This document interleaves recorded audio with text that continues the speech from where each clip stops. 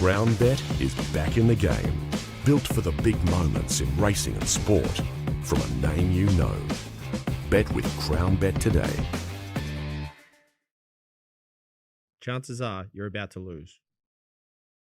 Progress. It's relentless. Earned by pushing forwards through the setbacks and the wins, all for an opportunity that others might miss. Two worlds driven by performance, guided by data, insights, and feel. It's never just a move, it's a mindset. Because better never settles.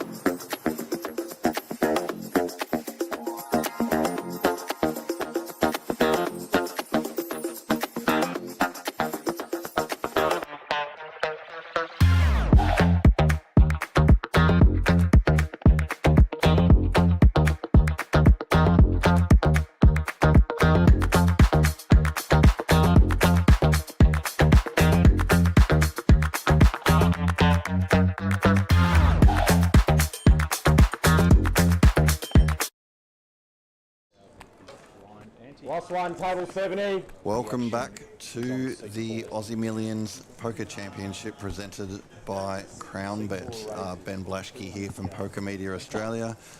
We're bringing you the last couple of levels of play for the day. Plenty of action over the past few hours. We apologise for the little break in play before. We broke up our feature table. We put a few new players on there, and we had a few technical issues that we've hopefully cleaned up as well. So back here now to take you through until the end of the evening's play when the players bag up and return tomorrow. We've got 41 players remaining here in the 5K challenge, and of course they are all fighting for a $482,000 first prize. Joined for this last session of the day by Jackson Young. Jackson, thanks for jumping in for the late shift. Yeah, no worries. Pleasure to be here. It is the late shift, but got some good players on this table, so very excited to see what kind of comes. Yeah, it's look, we've had a very high quality field here in this event. Of course, we were looking at the feature table before that had the likes of Cale Burns and Van Marcus on it. Of course, here we've got Lachlan Crilly, we've got Joe Antar, Jen Cassell, of course. Yeah, plenty of very familiar names there. I'm sure you've tangled with a couple of them over your time too. Yeah, good friends with Lachlan Crilly, obviously a really, really good player. Good to see him in Melbourne, actually, not from here, so he's made the trip down. And yeah, there are a few people I don't actually know, as sorry to break it up, Jingtang's just flopped the absolute world. Wow. And this is an insane flop. First hand in, and it's all going to be fireworks, I think, with these two hands. Interesting to see. So Sato has checked. 9 folds. Counting, as you say, he's got everything there. Yeah, I would be shocked if he doesn't put in a raise here straight away. Just with so much equity, even if a hand like Kings, he's pretty happy to get it in against. The guy only has 19 bigs Masato, so should be pretty comfortable here. But he does bet when checked too. How does Masato approach this spot? Yeah, it's not great. You know, his opponent can have a lot of sets here as played. Doesn't want to 3-bet under the gun too much, but with the hand, he definitely wants to go at least with a call, but he's not going to be thrilled on a lot of turns here, so does need to proceed with caution, I think. C8 shows ace-10 offsuit. Turned well. There we go. I mean, he's pretty happy with that, Masato, but he is hoping for a chop at best. Yeah, like there is potential. Jingtang can have some, ace queens and stuff like that, as Masato did open under the gun. So he's obviously happy with this turn, but it's not like he's just fist pumping getting this in. But yeah, interesting from Jingtang. I actually do like a check back here. Just has so much equity now and can let his opponent bluff on rivers, and that's a good one. Well, there you go. That is a really good river. It's going to be hard for Masato not to go broke here. Obviously, rivering is straight. but Jing 10 does run into the nut flush. This would be an insane fold if he somehow does fold this one. What do you do here? Do you lead out? Do you check? Yeah, the turn action has gone check, check, so you're probably pretty comfortable with your hand here. But he does maybe think that Jing 10 has a few flushes here where, when checking back, just with that ace that interacts. So this is a really cool spot. He's actually probably going to get away and just check call this one and lose the absolute minimum, what could have been a disaster. The bet sizing is key here. Yeah, I think we have a jack, so obviously less likely for our opponent to have a jack, but we can see he has one. I don't mind going like 400 to 500 here. I think something in that vicinity is going to get called a lot with 2 pairs and stuff like that. He actually goes huge. Wow. Yeah, okay. And it did work, so this is why these guys are playing and I'm sitting in the con booth. Well, what better place to be on a Saturday night here at Crown? Jen Ting sitting up there very comfortably now, 63 big blinds, over 6 million, almost 6.5 million chips. Comfortable chip leader of this particular table. Yeah, nearly double second in chips on his table. So he's going to be pretty shattered if he can't make a final table run from where his chip stack is at the moment. You were talking about Lachlan Crilly, obviously is short now, but a couple of final tables for him now this week is running pretty well. Yeah, he has been doing quite well this series. I mean, to be honest, he does quite well most series. He's one of those guys that just loves to play and study and put in the work, and obviously the results are coming with that. So he's no stranger to a final table, and while he's quite short at the moment, I mean, as you mentioned before, it is quite a good field and a tough field. So for anyone to get this deep is quite impressive, and he's going to want to find a double pretty quickly because he's going to be out quite soon if he can't. So Jackson, for our audience that I'm sure many of our audience members know who you are, but for those that don't, tell us a bit about yourself and your poker journey. Yeah, I mean, I love poker, as I'm sure most of us do, but mainly a cash game player. I sort of transitioned into tournaments the last couple of years and really enjoying it, like just that competition and trying to win a trophy, and it's just like the stakes are higher. I do think cash is a bit better for, if you wanted to play for a living or something like that, just with the insane variance in tournaments, but, purely from a fun perspective and a competition perspective, I think that tournaments takes the cake. So yeah, I've been playing a few series throughout the last couple of years and trying to do well. It's been a bit of an uphill battle a little bit, but obviously very excited for the main event, which is what we all are. But yeah, now just stumbled into commentating not too long ago, maybe a few months ago, and really enjoying it. It's just a way to sort of talk more about the competition that I really enjoy, and obviously a lot of my friends are on the table sometimes, so it's good to sort of banter against them and root for them, and just also seeing some different play styles from players and opponents that I may not know a ton. Just not that I'm analysing it too deeply, but it's just cool to see some stuff like that. So I really just enjoy the competition of it, and yeah, blessed to have the opportunity to commentate the Crown, the 5K, and hopefully the main event as well. So we hear a lot of players talk about the difference between cash versus tournament, and you mentioned that you've sort of just recently started playing a lot more tournaments. What's been the biggest adjustment you've had to make to adjust to tournament poker versus cash? Yeah, I think a lot of cash players are really lacking discipline. I think that a lot of people that play cash are sort of just there to have fun, which is totally fine. But that's why there's a lot of money to be made in cash, because there are a lot of people you come to a game and people are just socializing, drinking, having fun, which is a great environment to be around. And I'm definitely no stranger to getting involved in the banter and stuff like that, as you should. But when you come play tournaments, there are people that are genuinely there to try to cut your throat. They are trying to make their yearly salary, I guess you would say, and they're very, very studied and really high profile players, and as you've seen probably on these streams, and you will upcoming, you're seeing some of the best players in the world. And while it is scary, it is a lot more fun because you get to battle with the best, and obviously there is have to put up some money for that. But in terms of just, you can't really battle in sport with the best players in the world, but in poker you can. As long all you have to do is put up the money and stuff like that. So it's a great way to sort of, battle from the best and say you play with X person and stuff like that. So it's really enjoying, and it's quite fun. Stephen Chu has joined the table.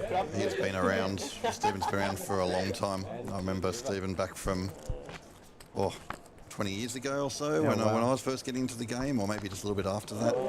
He's been a well-known veteran of the game now. He'd probably hate me saying he's a veteran. Still younger than me. Old school player, hey? Yeah, he's been around for a while. Very accomplished. Of course, Jen.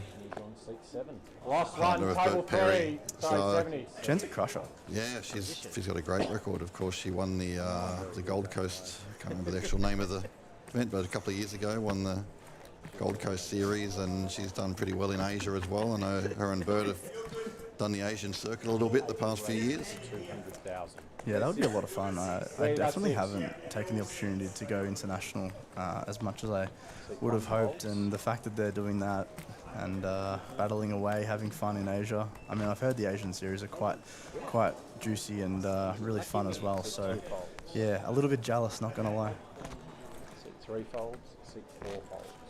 So we have 41 players left. The next pay jump is not far off. The 39th player to bust out will make $11,310. Of course, everybody's got their eyes on that top prize, $482,405.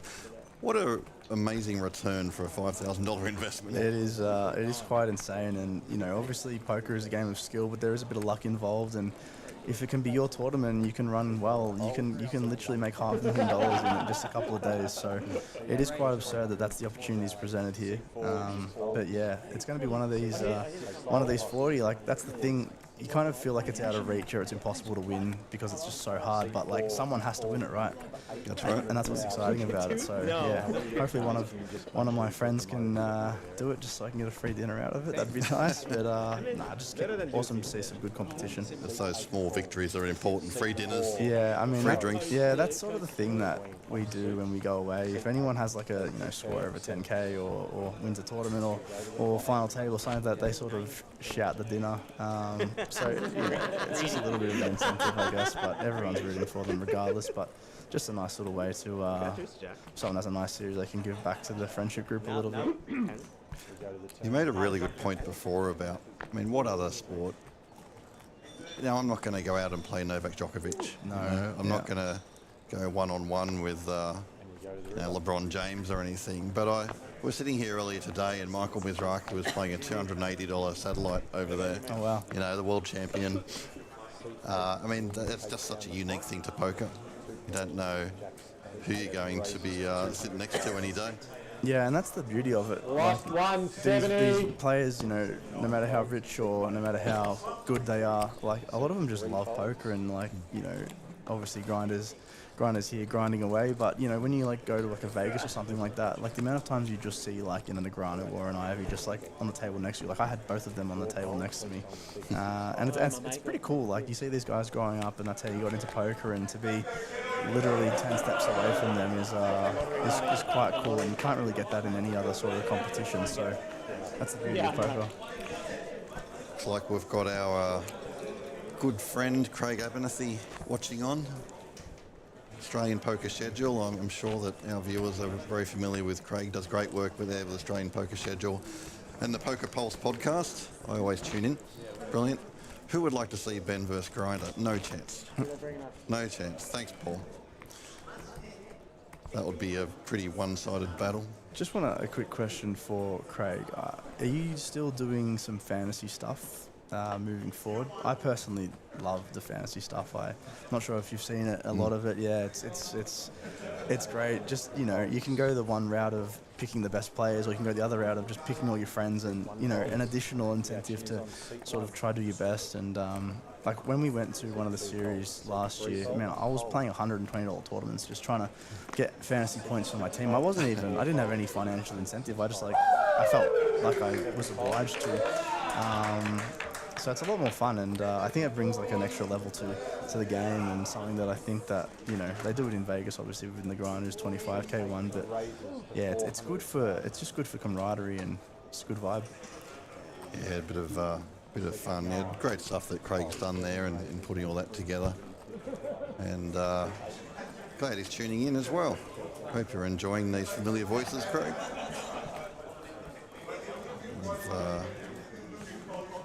Ting's just using his big stack a little bit at the moment.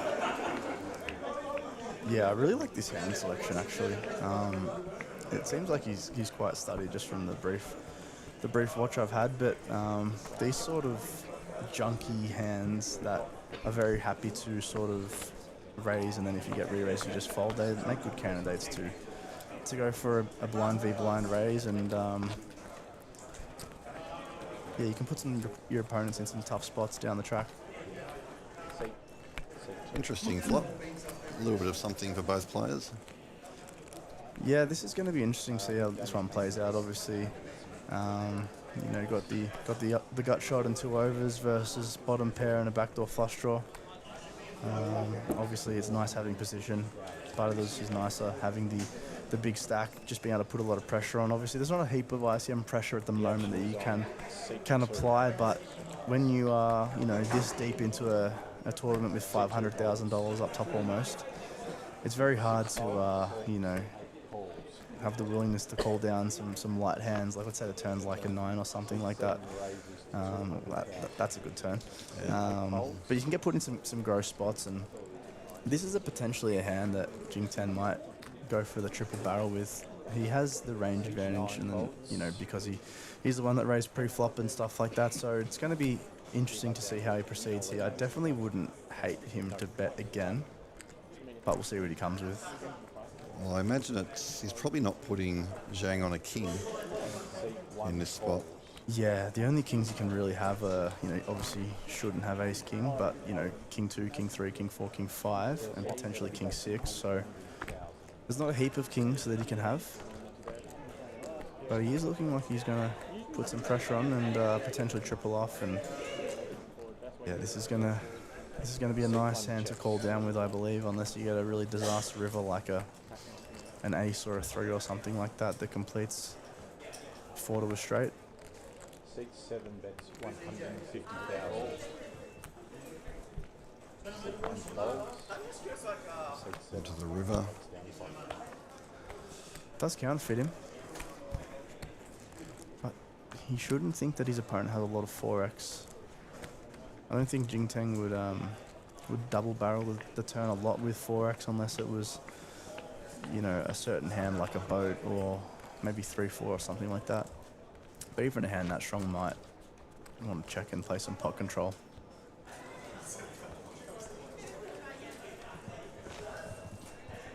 So there's just less than a pot size bet behind, about 75% pot left.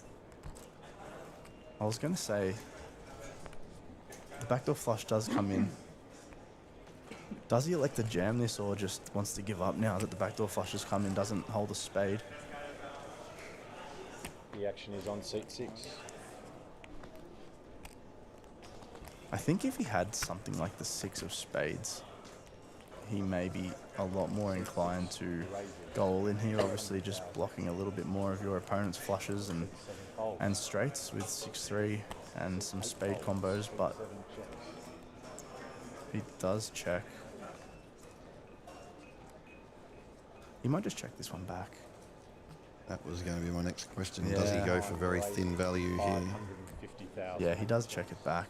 I think, yeah, on this river, you obviously do just have just the king now with being counterfeit, and not that your opponent, you think your opponent would check a bunch of flushes, but you still do lose to a couple of things. And at this point in the tournament, as we said, when there's so much money up top, you kind of want to do as much as you can to not get put in the blender or something like that. Let's just say he did bet like 1 million to 3.3 million and then gets jammed on. It's a really gross spot, and you probably have to fold, to be honest. So sometimes it is a little bit easier just taking these spots where you just chill out and you know, check back and realize that you're going to have the best hand a bunch and scoop a massive pot. Seat 6 is all in. We are down to 39 players now, so a small pay jump secured. Craig just telling us that he's got some more fantasy in the works for the future, which is good news. I'm sure that Craig will let us all know about that on the Australian Poker schedule. Yeah, very excited for that. It's not too far away, I believe. It's in August, so that'll be fun. It is a while away though. I get excited about these things, and then I realise I got to wait like 3 or 4 months, so it's a little bit tilting. Look, I'm excited about the 2027 Aussie Millions, and we haven't even finished the 2026 version. I'm already buzzing about it. I unfortunately didn't get to play a couple of the tournaments I really wanted to play, just with some commitments. So hopefully that 2027 one's just around the corner. Obviously it's not, but it would be nice to. And yeah, hopefully that speeds up the process, and we can jump back in the main. And the main hasn't even happened for this one, so I'm already excited. So it's 6 years since we last had the Aussie Millions here at Crown Melbourne, and this is your first Aussie Millions. It is, yeah. I do remember I was playing 1-2 back in those days, and I did walk into the poker room and see the massive stream table, and there was just so many players. And I remember looking at a couple of tables and seeing these blue and orange chips that I've never seen before, and just so confused on how much they were. And they just had these massive stacks of $1,000 and $5,000 chips. Not that I knew that at the time. And I think the games were like 400, 800, maybe limit or maybe no limit, not sure, but it was so absurd. And that was my first taste of Aussie Millions, and I just sort of stuck to the 1-2 tables and didn't even know what a tournament was back then. I wish I did, because it looked awesome. But yeah, unfortunately this is my first one, which, yeah, I wish I got into it a bit earlier, but it is what it is. So what's been your impression walking in this week and seeing what the Aussie Millions is all about? I mean, it's come back with a force. Yeah, it's great. I mean, the first thing that pops out is just the sheer amount of runners. Like, the whole point of playing poker at tournaments is, you sort of want to, turn X buy-in into a massive cash. And at a lot of poker series, you actually can't do that, because, they only get like 60 runners, 80 runners, and which is fine. I still enjoy it. But when there's these tournament series where there's 400, 500 runners in, I mean, the main's probably going to have a lot more than that. The opening had like over 2,000, right? So, how often can you turn 1.5k into, like, I think they got 400 and something thousand. So that's been the first thing that pops out. It's just so awesome to see, all the runners. And then in terms of like the way it's operating, like, there's just so many tables running, so got to give credit to the staff. It must be a massive operation, to be honest. And now they've got the stream up, which is great. And yeah, just going to be an awesome next week. Like, we've got the 25k, we've got obviously the main event. So it should be very, very exciting. I mean, we've got, looking around the room today, the likes of Joe Hasham, of course, Aussie Millions ambassador this year. We mentioned Michael Mizraki. I mean, just brilliant to have the grinder here in Australia for this event.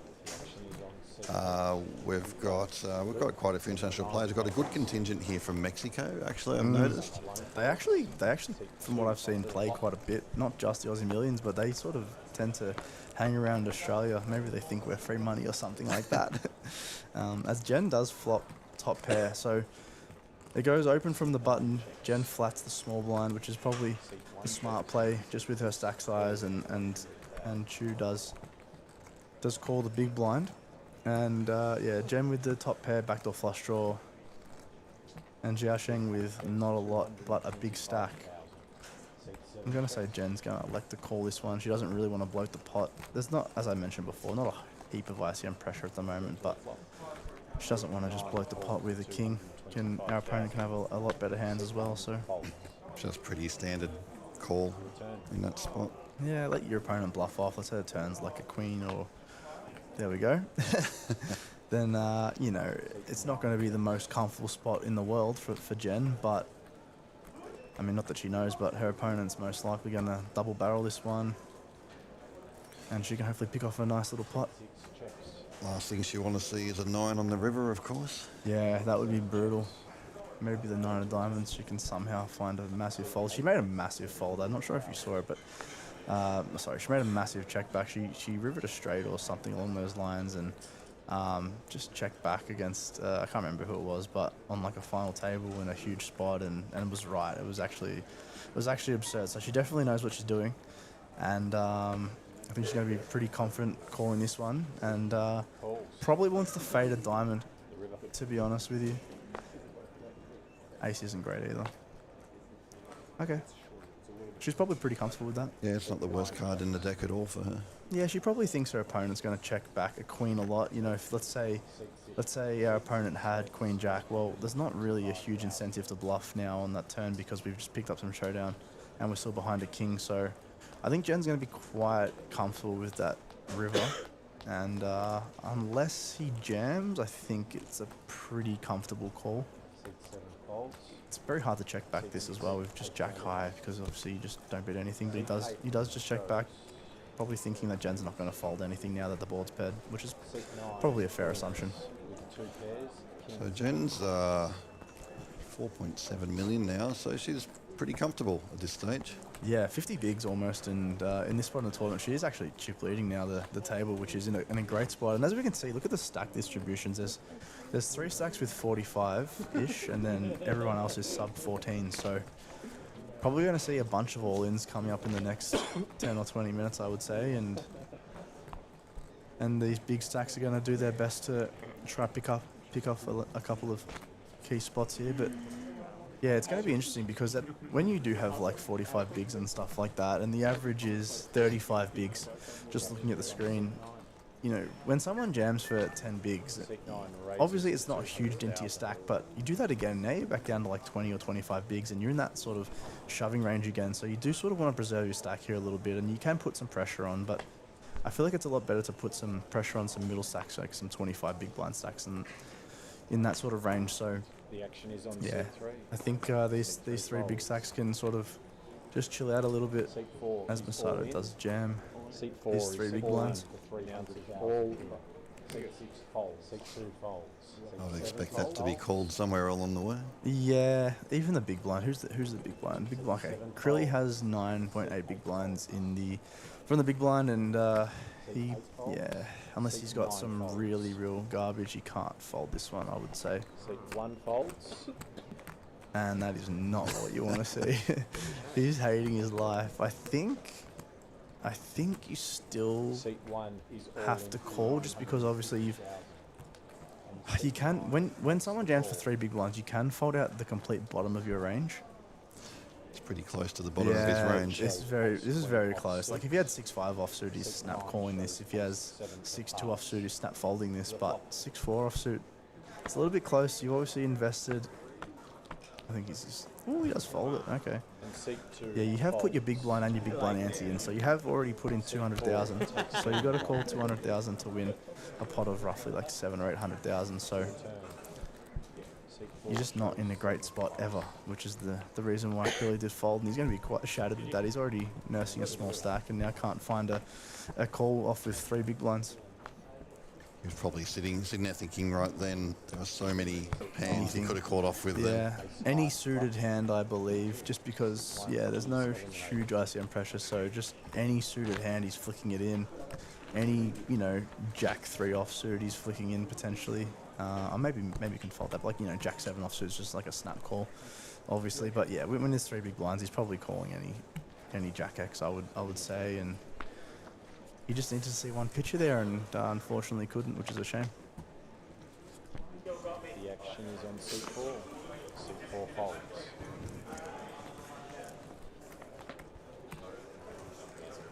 So we've had in fact, it looks like it's still going. We've got a 2.5K satellite into the 25K tomorrow.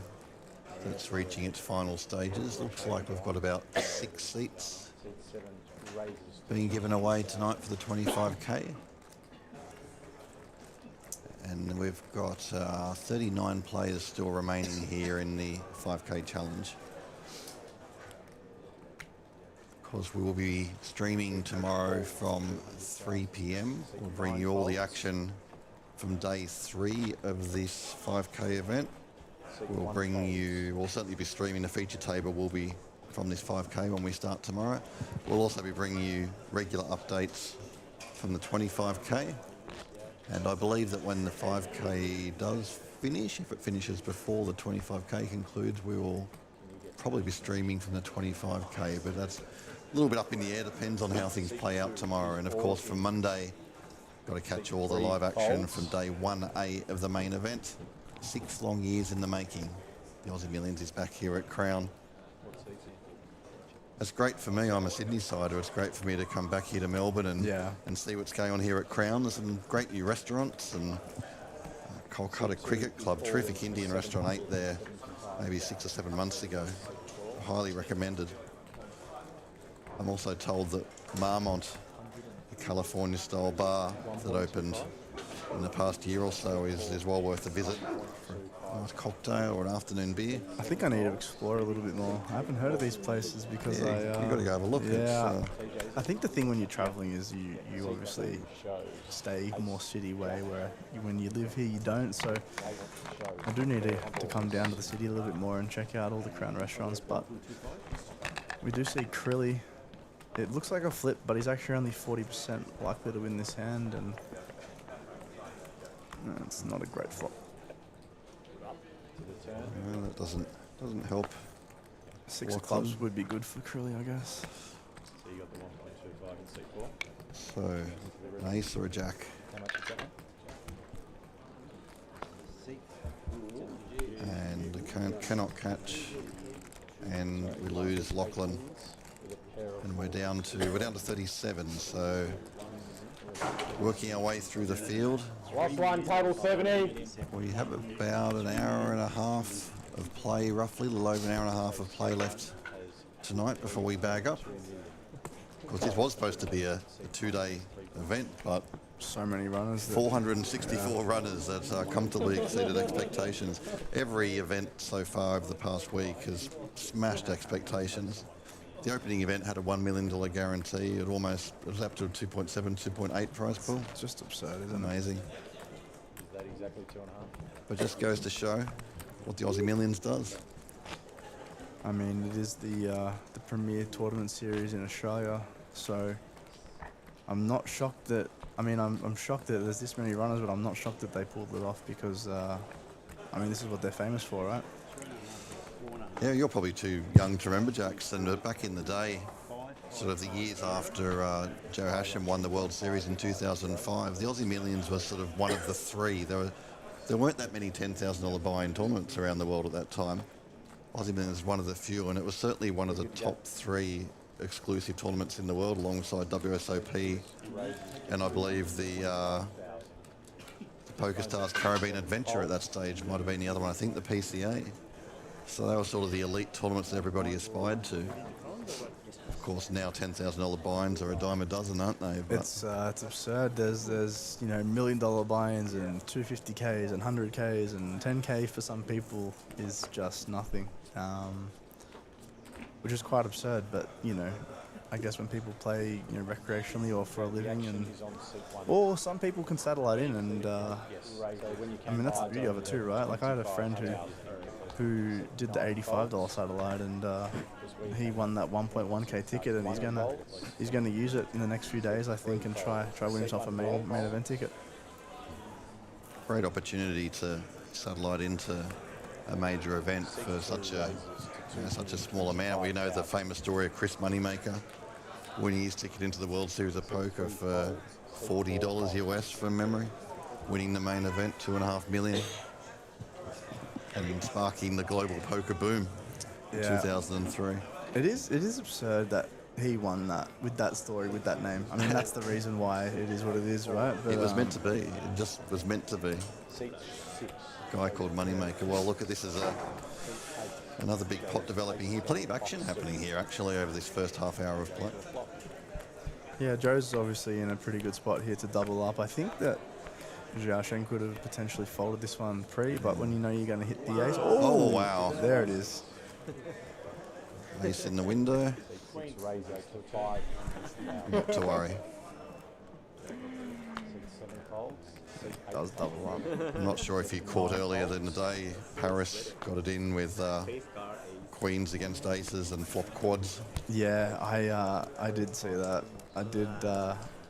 That's one of the most brutal hands I've ever seen. That he turned full house, right? Yeah, with aces. the ace and the ace on the turn. Yeah, that's Paris, one of my best mates. So he, I did see that one, but yeah, unfortunately, he's now out, which is a shame.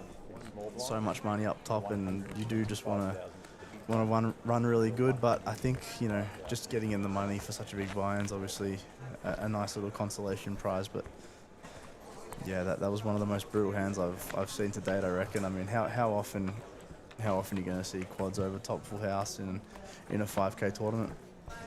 I must say that Paris did a brilliant job of clinging on for probably an hour and a half as a short stack to make it into the money.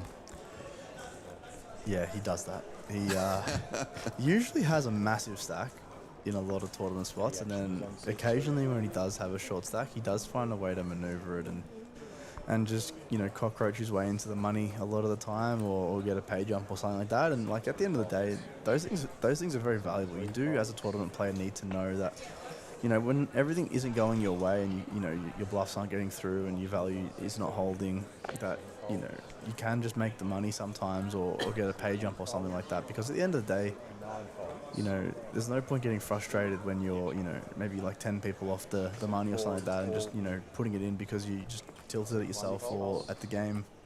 Because at the end of the day, you wait it out and you play solid, you can make yourself $10,000 in this case. So When you look back at your ROI at the end of the year, and if you've been disciplined and managed to scrape in a cash 6 or 7 times, that's going to make a big difference. Yeah, big time, and that's the whole point. Especially if you play professionally or for a living, it's that all these little things matter. And because live tournaments, it's so high variance, and you can't play it enough. You can't get enough volume in. You got to take every spot that you can. Here's a case of Joe being priced into. Yeah. Blind v blind is a little bit different too. I think it was under the gun v big blind before with Lachlan, but unfortunately he's just drawing quite dead, I think, unless he can find a magical 4. Yeah, pretty unlucky to be dominated in that spot. But very brutal. You just want to be alive. That's all you can ask for, really. And can chop with a jack. Oh no, he can't. Just needs the 4. I feel it. Straight over straight. Brutal. Yeah, Kura.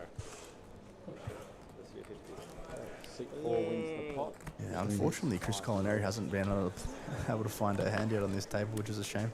It's actually nothing worse, as you probably know, than being at a big spot and just being so card that you can't actually play, especially with 10 big blinds. Well, I'm not familiar with too many big spots over the years.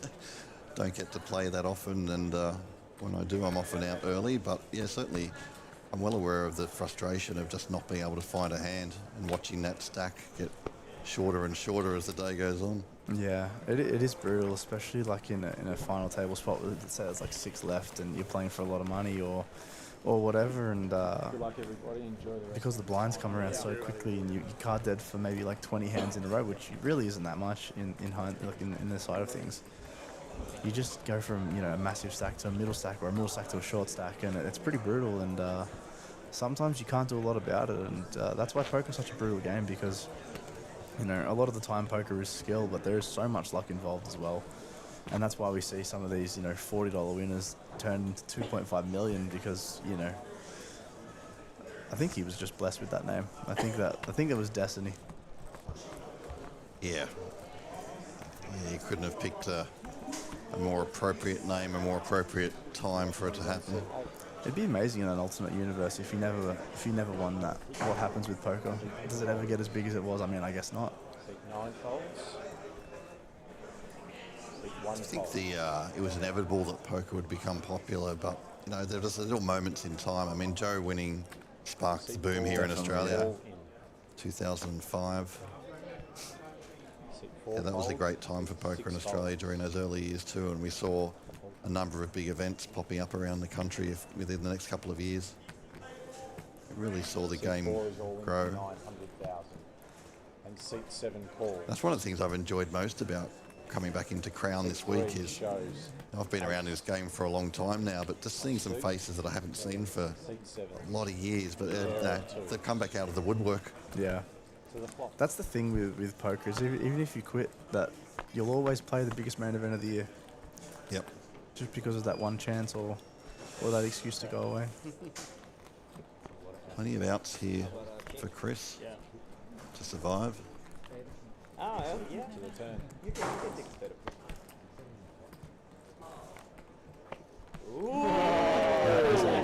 Good turn.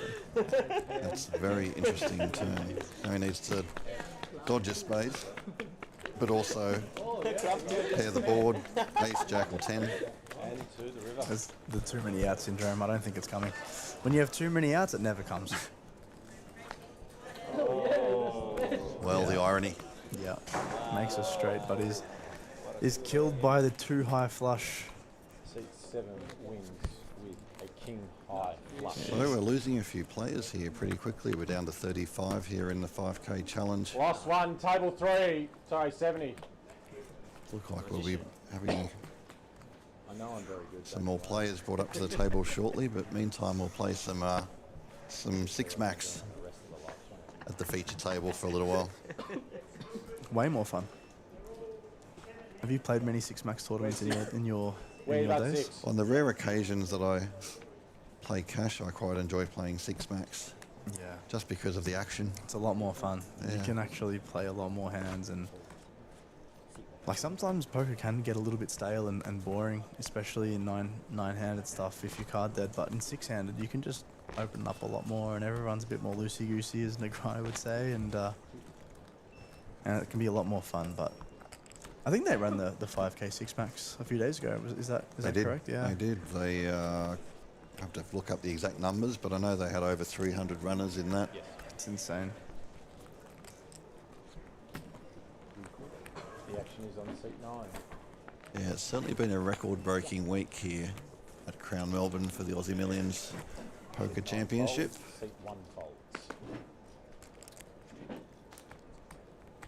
I'm interested in, you were talking earlier about Seat 6 folds. the, used to be 10,000 tournaments hard to come by, but now the $10,000 tournaments everywhere. But we've also got a super high roller tour basically around the world now. You've got these guys, Stephen Chidwick and these guys that just roam the world playing 100k buy-ins, million k buy-ins. It would be really fun, but also really stressful. That would be highly terrifying, I would imagine. Yeah, I mean, they treat it like a business from everything that I've heard. Obviously, they have investors like any business does and stuff like that, but it just, it feels weird because it's a poker tournament, but they do genuinely treat it like a business, so it does work out for them.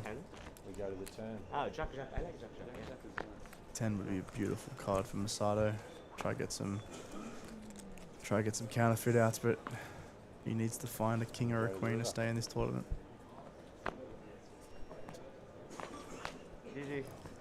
And he cannot find it. We lose another. Seat 8 win takes down the pot. 5-handed now. 5 max. Almost feels like a final table, doesn't it? We're just losing player after player. Yeah, Lost this is sort of what we were 170. saying before. There was a few big stacks, but everyone was real short. So we were going to see people have to put it all in at some point. And I mean, to be fair, I think pretty much every hand has been quite standard in terms of all-ins and calls and that. So not a heap of post-flop action at the moment, but No, my mate got it from me. hopefully we can see some. It's always more fun, I think. I mean, maybe that's just me, but seeing some post-flop action, seeing sort of how players approach certain spots and the nuances that they use, and seeing the different strategies. But it is also fun just seeing it all in and seeing who wins a flip. Like, this is the brutal thing. Like, you lose a flip or you win a flip, and that flip can propel you into potentially a final table spot where you're playing for 482,000, or you can bust out in 34th or something like that, and take home $12,000, which is still a lot of money, but a far cry away from the top prize. Of course, the next pay jump happens after we lose our 32nd player, so 28 to 31 will score $12,380. I don't think the pay jumps are significant enough at this point for the players to be too worried about them. But at what point, Jackson, do players start to really think about those top prizes? I mean, of course they're aware of it, but is it too early for them to be looking at that 480,000? Yeah, definitely. Without getting too nerdy about it, actually one of the least, I guess, ICM spots is actually just after the bubble burst. So I think people will start of lock in probably around the final 2 tables. Like maybe final 3 tables is when you get really amped up to that you can make a deep run, and then final 2 tables is where you play not a completely different strategy or anything like that, but without going too deep into it, you want to play a lot more high card hands. So let's just say you're playing early in the tournament, and level 1 in the main event. A hand like 6-5 suited is such a good hand because it performs really well, has a lot of board coverage, and you can make straights and flushes and 2 pairs and all that. Where when you're 15 bigs deep or 20 bigs deep, and your final 2 tables and 3 tables, especially in a field like this where people are going to be bluffing you a lot, you really want to have like an ace or a king, just because when you have an ace, it means that your opponents are less likely to have good hands, right? So that's a lot more important when you're shorter stacked and deeper in a tournament. So yeah, it'd be interesting to see how it plays out. But in terms of the payouts and that, I think once you get that final 2 tables, I think everyone's really gonna lock in, and that's why it does take a little bit longer sometimes on these final 2 tables or final tables, is that every spot is so important, and if you make one mistake, it can cost you potentially 482,000. So you really got to be locked in, and that's why we love tournament poker, isn't it? These spots, you try to chase it, and it's potentially something that you can get. So should be quite exciting. As a viewer, I love the shot clock. It's great, isn't it? Just forcing the action to rush on along a little bit. Although I noticed Paris made the use of every 30 seconds he could. Yeah, so that is the issue. Have you heard of the ELO clock that just came out? I think it was Triton. I haven't actually. Okay, so do you know how the chess clock works? Yep. Yeah, so it's pretty much a replica of that, right? Okay. So Negreanu is famously a big fan of it, and basically he's saying that if I take 5 seconds every time to act, and these guys take 30 seconds every time to act, why do I only get 6 time banks, and they get 6 time banks? They take up way more time. Obviously, the technology needed for these ELO clocks is probably out of this world complex, but they've done it at Triton, I believe, and it's getting really good feedback. Just because, if someone takes up their 30 seconds every time, it can get quite frustrating, but it's better than someone just tanking for 8 minutes in a hand as well. So I think it's a happy medium. It's not perfect. It's the best you're going to get for like 99.9% of tournaments though. So. Well, look, I don't mean to bring up Adrian Attenborough, good friend of Poker Media Australia. I've covered him many times over the years, but he made a name for himself. Yeah. In WSOP a couple of years ago. I think that was justified with the spot. That was the heads up for the bracelet. Yeah, it was like 14 minutes or something like that, right? There were 2 spots in that tournament. There was one with a couple of tables left where he tanked for 20 minutes. Oh, wow. And he eventually made a massive call where he was correct. Wow. Obviously, there was the one on the heads up one as well. Yeah. Where he wasn't correct. But, I mean, look, in that particular moment, he's playing for huge money. Oh, there's, what was it, about 10 million US up top. Yeah. I think, and that's the thing, that I think poker players are usually quite good with it. I think they realise the magnitude of the spot, and is it frustrating to wait 20 minutes, like obviously, and the other guys, the other tables playing, and then you can't get up your chip stack, can't build a stack because you're not playing any hands. But I think people do realise the magnitude of the moment, and I think that not that I think I would ever take 20 minutes to tank in a hand, but it'd be nice to have people give the courtesy back if But everyone's entitled to do what they want, and that's why there's a clock, right? You're allowed to call the clock whenever you want, and if it's been reasonable time, it works out. So. Yeah, look, I think most people take a pretty common sense approach. I know there were a few people who probably took advantage of it at the WSOP last year. Yeah. Some very famous cases. Yeah. But I think in most cases, I think people understand. If you're chronically tanking all the time, there are some players who just tank every decision. I mean, that gets pretty frustrating. It is really frustrating, and I don't know why they do it. I mean, a lot of decisions in poker you already know what you're doing, and that's why that ELO clock that I mentioned is so great, because if you're one of those people that, you know, not that you need to know every single spot what you're doing, but most of the time you have quite an understanding of what you want to do, and then in a big spot you can take as much time as you want. Seat 6 is all in. It's great. This is a really nice hand, actually. Just 9 quickly folds. from both players. Takes down the pot. Joe probably noticing that Jen's overdoing this spot, or even doing it at the correct frequency, and it said under the gun versus button, but as we can see, there's only 6 plays on the table, so it's not as tight of a configuration as it probably seemed on stream. And he does pick up a nice pot, and that's why these guys are really good. I think when you play a lot of these you know, other games, that someone might just call there with ace queen offsuit, and it's a really hard hand to play out of position offsuited as well. If you don't flop a pair, it's very hard to maneuver. So I think both players played that one really nicely, and yeah, Jen, I guess, just ran into it. Still not used to Jen with the dark hair. Yeah, it's a nice jacket too. Yeah.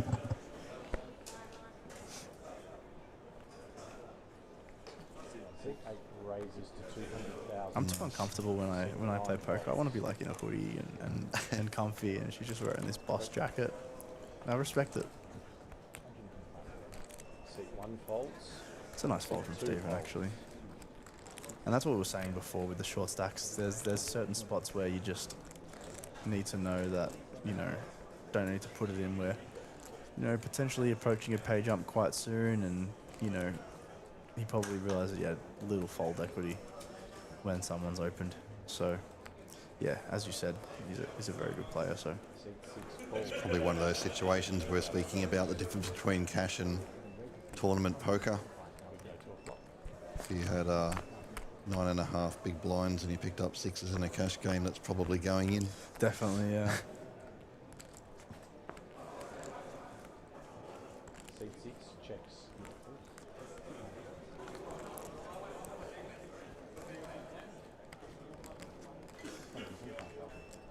Seat 8 bet. Seat 8 bets. 100. Probably just a check fold, unfortunately. You're going to get barreled a lot on turns and rivers. Firstly, he's open. Secondly, he's the big stack at the table, or one of the big stacks at the table. So, pocket 6s with no backdoor flush draw. You may want to pill 1 just for because it's a very, very small size, but Seat 6 yeah, folds. he does just make the fold, which is probably the Takes down the pot. right play. Shi Zhang has been quite aggressive, 35% pre-flop raise there, utilising that stack well.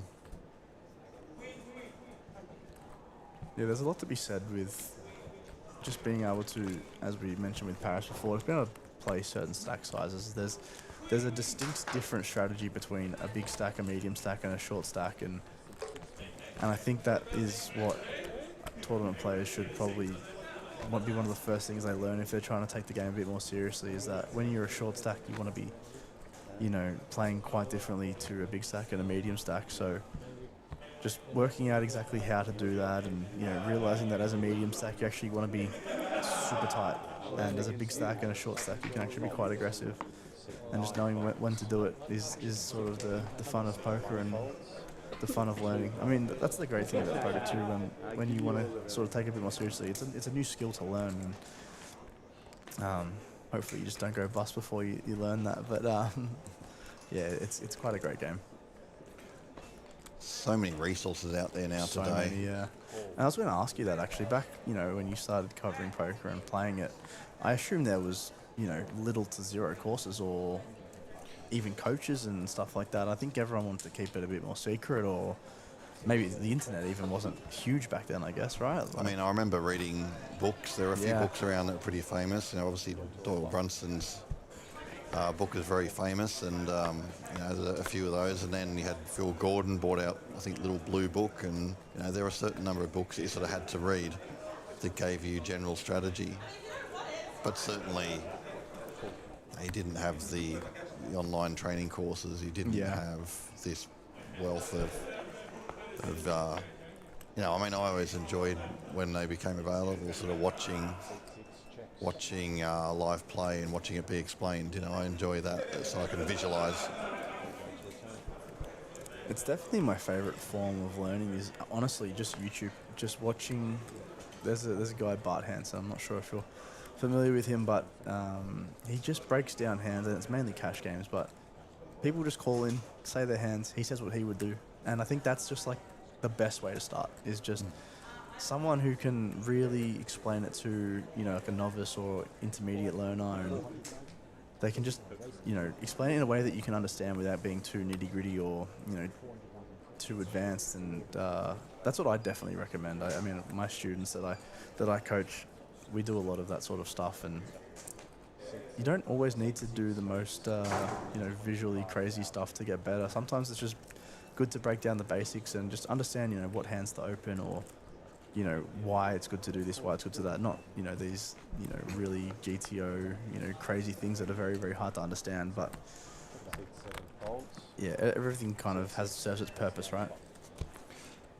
Yeah, I think just being able to understand why you're making decisions in certain spots is critical. Because there are so many spots that are quite counterintuitive in many cases. Very, yeah, and that's the issue with getting too deep into the learning of it, is that sometimes it makes no sense on why these advanced AI computers do certain things, and humans it's just not applicable to the human brain, right? But if you can understand and put together a strategy that is useful in the real world, and you can understand that, and that's the best thing I think in terms of advice is, like, if you just look at a computer screen and you put in the hands and it tells you what to do, you're not actually going to learn anything. Like, yeah, you might be able to tell your friends you have like a cool new trick, but like when you actually go pay money and play a tournament, being able to actually put that spot in and play it right, or how you view as a good play, it's very hard to do. So that's why I think just being able to do something just like at the human level and have a very basic but solid understanding of it is definitely the best way to go, at least in my opinion. This is probably going in. Yep. Yeah, that's a strong hand. Jen's probably going to have to call this off. She's not going to love it, but sometimes you just priced in. And yeah, I think this is going to... He shot for 9.5 big blinds. In like, if this was early in a tournament, this is a snap call. I think in this spot, it's still probably a call. She's just waiting for the exact count. Just about getting 2-1. Yeah, it's a shame that, like, let's say he had a hand like, pocket kings, obviously not ideal, but you're not hating life. Unfortunately, does have one of those hands where you are hating life, but if Chu had a hand like king queen suited or something like that, obviously you're in a great spot with just the money, the big blind ante, the big blind, the small blind, and your raise. You're just in such a great spot with the amount of money in there. He loves the heart. Oh, look at that. What a flop for Jen. Yeah, Stephen's unfortunately going to be out of the tournament majority of the time on that flop. To the turn. Easy game sometimes.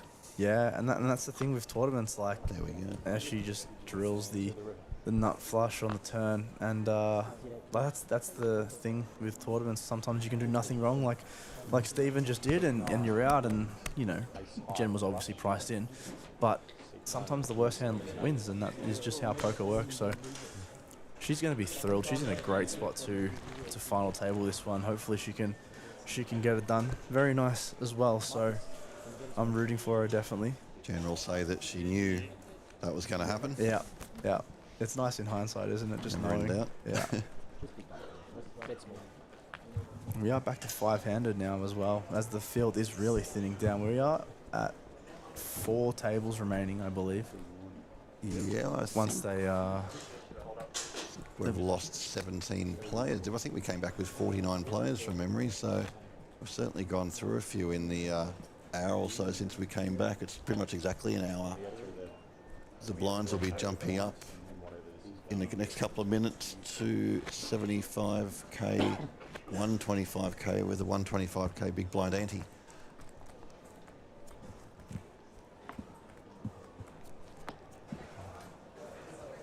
Average stack will be 4 million Yeah, we've got a lot of big stacks at this table. We do. Yeah, there's nobody. All the critically short players have busted. So Yeah, and long story short, one of my friends, Amin, who you're potentially familiar with, he had a funny spot at a different series where he had 120 big blinds, 3 left, and second had 12 and third had 8, and he ended up coming third. So that's what I do say to people that are, short stacked in tournaments. Never just punt it in or give up. Like, you are a double or 2 doubles away from being really in the tournament, and unfortunately, all the short stacks have sort of got unlucky in this sort of on this final table or feature table. But 1 million. sometimes it does go your way, and you can go from 8 to 10 big blinds and spin that to 20 or 40 very, very quickly, which we've all seen people do. So yeah, there are no clear shorties anymore. We are getting a couple new players in, so we'll get their stack counts quite shortly. But I played a side event in 2010, 11. The year after Jared Graham won the Sydney Champs, they had a side event the following year called the Jared Graham Flip Fest. And they decided basically exactly what it was. They started the blinds really big, so everybody was short, and they reversed them. The blinds got smaller as a tournament. That's a cool concept. Now, by pure fluke, I managed to win that tournament. Oh, wow. But I was heads up with Daniel Nielsen. Yeah. And we were both 400 big blinds deep. Oh, see, that's absurd. How long did that heads up take? Not long, because, Daniel said, I'm going to play this out, but 3 hands later, I got ace king, he got ace jack, and the money went in. Sure. I don't think we felt like being there all night. Yeah, I mean, I've seen some heads-up battles that, the last heads-up that I played, we were about 20 to 25 big blinds effective, and that went for an hour and a half. And then the famous one, the Alex Foxon versus, I think it was Seth Davies, in Vegas last year, I think they were 55 big blinds deep, and that was over in 2 hands. So it sometimes it can just come up, and the deck is just the one that dictates how long a heads up goes for. And I was just going to say, with the amount of runners, like tomorrow, let's say we bag up for day 3 with, maybe we'll go 26 to 25 plays or something roughly like that. I'm just assuming that could genuinely go till like 2 a.m. because I think it will. Yeah, as we said, when spots get deep, people really want to, take their time, and obviously there's a shot clock, but they've got the time banks and that. But especially on final tables, and potentially a more professional heavy field, you are going to see a lot of people knowing how to play their stacks and not busting and some cool bluffs and that. So yeah, it really could take all day, which would be, for me, very exciting to watch, because I enjoy some high-level poker watching that. But I'm sure a few of these guys are going to be dreading it. I mean, obviously the money up top is what they're chasing, but copping a bad beat with like 11 left is very bittersweet. Obviously, pretty happy with 32,000, but can be frustrating playing all day and not getting what you were hoping for. Well, we will be back from 3 p.m. tomorrow to bring you all that coverage. We'll be covering from just after the start all the way through to finish of the 5K tomorrow. Certainly myself and Paul Curry will be here at 3 p.m. to kick off the day's action. Jackson, hopefully we see you a little bit later in the evening to bring us home. Would love to. I'll probably be unconscious by that time of the night. So the final tables are definitely the funnest to commentate, I think, at least in my opinion. It's just, it adds like a different level of nuance as well, and just decision making. It makes for a great viewing experience, in my opinion, and also a lot more people want to watch final tables, right? So it's just the best of both worlds.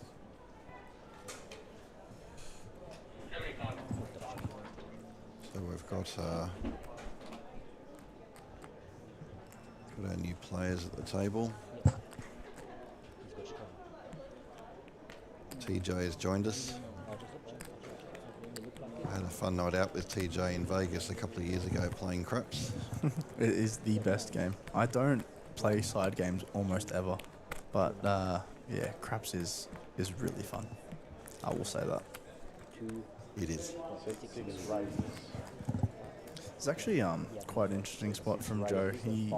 he probably just wanted to work out that is he happy to 3-bet call this one off, or does he really want to 3-bet fold ace queen off for Patrick started with 19 big, so yeah, he does just fold. He's basically min clicked him, which is a really nice sizing. So plenty of decent sized stacks now at this table. Hopefully we can see some cool post-flop play in the next few hands. Now that everyone's got a bit of a stack, except for maybe 2 people, we should be able to see some big stacks battle, which is always the most fun.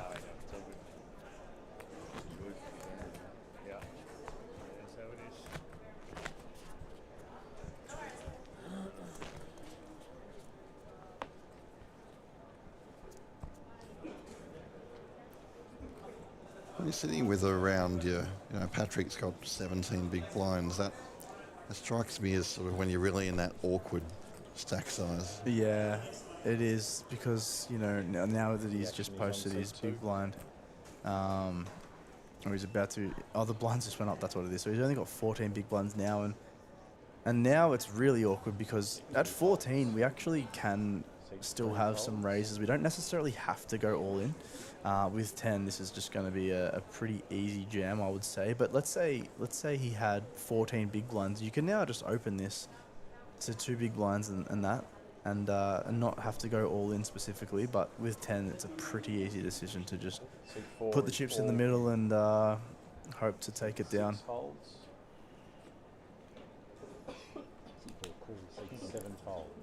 A good time to pick up a hand.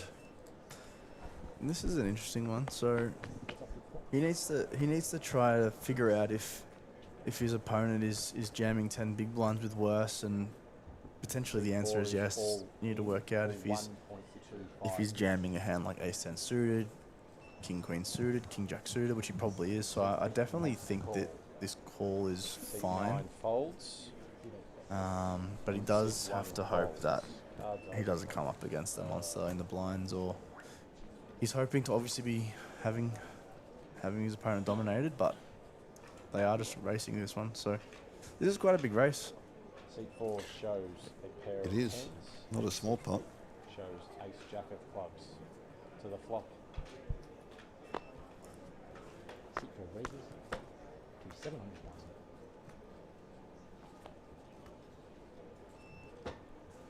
Good flop for the 10s. To the turn.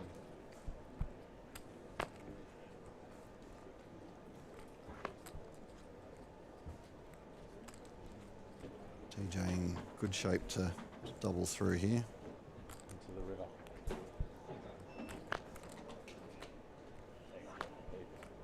And he does.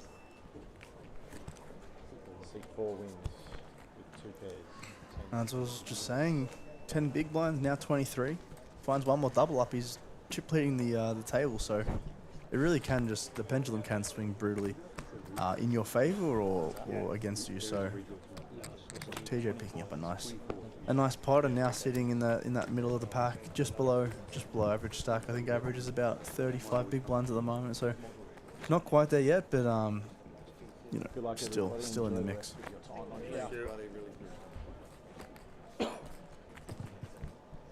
Nearly at 3 tables remaining. So this is when it really starts to amp up. I think 3 tables, and I think there's something about bagging up for a day 3, especially a day 3 that wasn't meant to happen because of the sheer size of the tournament. So I think these guys will bag up, and I think the juices will be really flying overnight, and they'll wake up very excited to come back and try to take this one home. And as we said, someone has to win it, so someone's going to be walking away with almost $500,000 just from playing this tournament, which is quite crazy.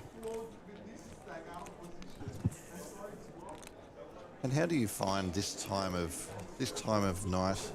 You know, the players are well aware they're into the last level of the day. They're about 50 minutes away from bagging up. They're probably a little bit tired as well. Yeah.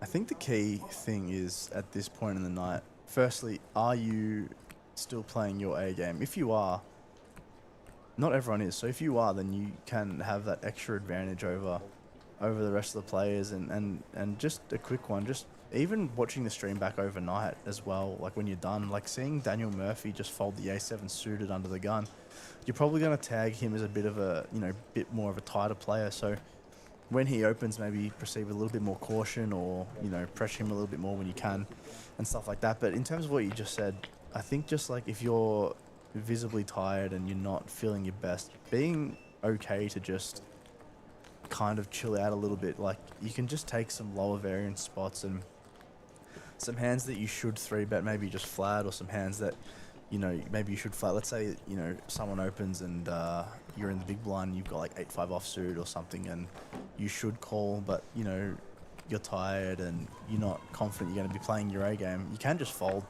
and give up what is a minimal EV, call, just to, preserve yourself. Because at the end of the day, you're coming back, as you said, in 45-ish minutes. So bagging up and being done for the day in 45 minutes and coming back fresh tomorrow as well. So, they've probably been playing for 10 to 12 hours as well today. So no one's going to be playing their A game, I would say, but doing the best you can with what you've got, and then coming back tomorrow fresh and ready to go is probably the key for me. I mean, I definitely have had a couple of spots. Actually, the only real tournament that I won, I made a big blunder because I was like not thinking straight and I was a little bit tired, and luckily I got lucky with ace queen versus ace king, and when I won that pot, pretty much bagged up straight away and went to sleep frustrated, woke up fresh, and then managed to play quite well on the day 3. But that's what it takes sometimes, is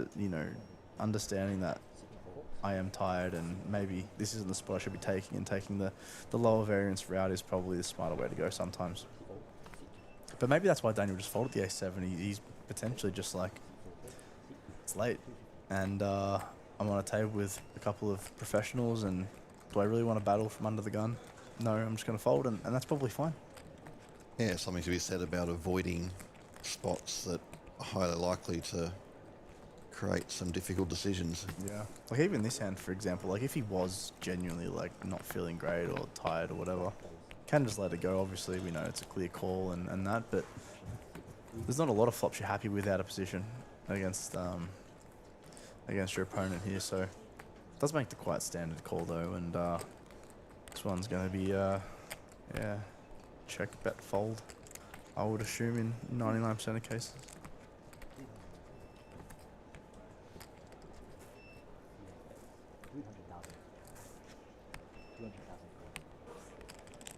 Hasn't folded yet. Does have, doesn't really have much at all, yeah, and he does let it go.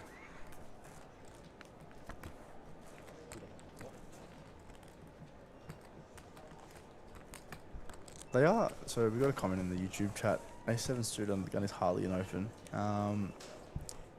Firstly, they are 8-handed. I definitely do think I'm opening it. But as I just said, if you do think that's like kind of like your bottom on the cusp, you can just probably let it go. I do think it's a pure open, but that's just me.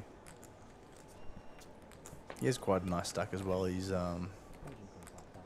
second in chips on the table, so it's not like he's a pure middle stack or anything like that where he needs to be relatively tighter. I mean, definitely like on a final table, I can see potentially being a fold, as we've got a comment in the chat backing me up, which is nice. I didn't know if I was, maybe I'm not playing my A game at the moment, I'm pretty tired.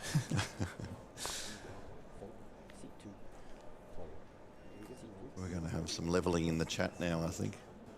Hey, more comments the better. If you've got some questions and or some comments, feel free to pop them in. We are here, yeah. We're doing the late night shift, so anything to help keep us awake, guys. We're more than happy to talk about anything really.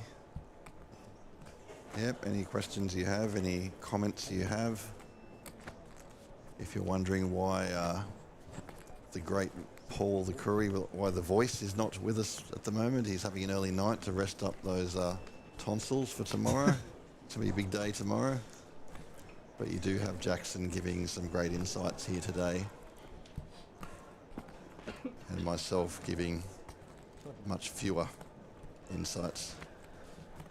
It is quite amazing that when I heard him, when I met him just before and hearing him talk, I actually remembered that being in that massive cash game with like Doug Polk and that, and Yeah. it's just absurd that he has like a really distinct, like, it's like a famous person voice, right? Like when you like think of a famous voice, it's like his voice. It's really cool. So it's very distinct. I don't know how many people's voices in the world I would say I watched something 5 or 10 years ago or whatever it was, and I talked to the guy and I remember it. So it's pretty cool. A couple of more questions. How the satellites going for the main? Well, yes, they're definitely booming. They had still running, I believe. They have a 10-seat guarantee running today, $550 buy-in. Was it 500 runners? 542 from memory, around that number. 10-seat guarantee, and they got 560. what, 54 seats or something like that. It's just it's absurd. madness. So I'm pretty sure the satellite numbers for the main must be pretty close to 400, possibly even beyond 400 by I now. think That's I think it madness. was 320 like a week ago. Yeah. So with 50 today, yeah, it's got to be like almost 500 now. It's quite absurd, to be honest. It is. It's just absolutely crazy. Good question by Craig about the Hall of Fame. I might ask about that this week, actually. I'll have to get back to you on that one, Craig. That's a very good question. There has been some, what's the right word? I don't know if disagreement is quite the right word, but there's been some discussions around who should oversee a Hall of Fame moving forward, if it's to come back. So it's certainly... Oh, well, I'll make some inquiries this week. There are some people here who have intimate knowledge of that, so I'll see what I can find out. Tune in tomorrow. Here we have a... Yeah, this one was never not going in. Both players are fist pumping, getting in these two hands, and TJ with a little bit more equity. And we're going, well, there's... These are the worst. Slides. These ones are the worst to lose. There's nothing worse than losing Ace King v Ace King, and they like four flush it or they hit their suit. There was the famous aces versus aces in the big one for one drop a few years ago. That genuinely, I haven't seen the guy since. I mean, I don't know. That would make me quit poker, I think. $1 million buy-in, and I don't know how deep they were, but aces v aces, and losing in that spot is so brutal. It is just possibly the most brutal Has to be, situation yeah. ever. What's to go with that tournament? I mean, obviously it doesn't run anymore. Do you know if there's any reason for that? Obviously, you know, as we mentioned before, people do seem to be able to pony up the money for these high rollers. You know, Triton and stuff like that do 250Ks. I feel like every other week. But I don't know the story with that tournament. So, do you have any insight onto that? Not really. They were doing, it was every second year for a while. There wasn't it the $1 million buy-in, and then every other year it was 200, 250, Okay. 100, something like that. Yeah, I'm not exactly sure where that stands at the moment. Was a big one for one drop? Was that the charity or something like that? Yeah, there's a charity element to that. And then obviously for a few players stumping up the million is quite significant. Antonio Esfandiari, I believe, won the initial one from memory. I mean, that's the for those who have the money. I mean, it's probably your best chance to win a bracelet, right? Like, obviously, you're versing the best of the best, but you are only against, I think there was like 40 runners or 60 runners or something like that. So, Hey, mate. We have some fans coming by the booth.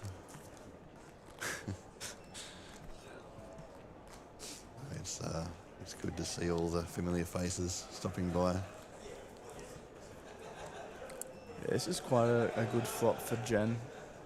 Just having the Jack of Spades there, which is a nice card to have. Very hard for her opponent to continue on this flop with a 2. I mean, a 6 I'm probably taking, but a 2 feels a little bit hard to play, just being out of position and that, so...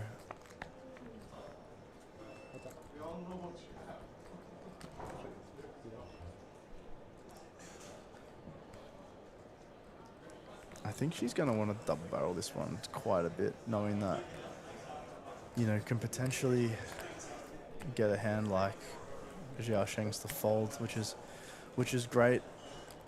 She could check this one back and bluff the river.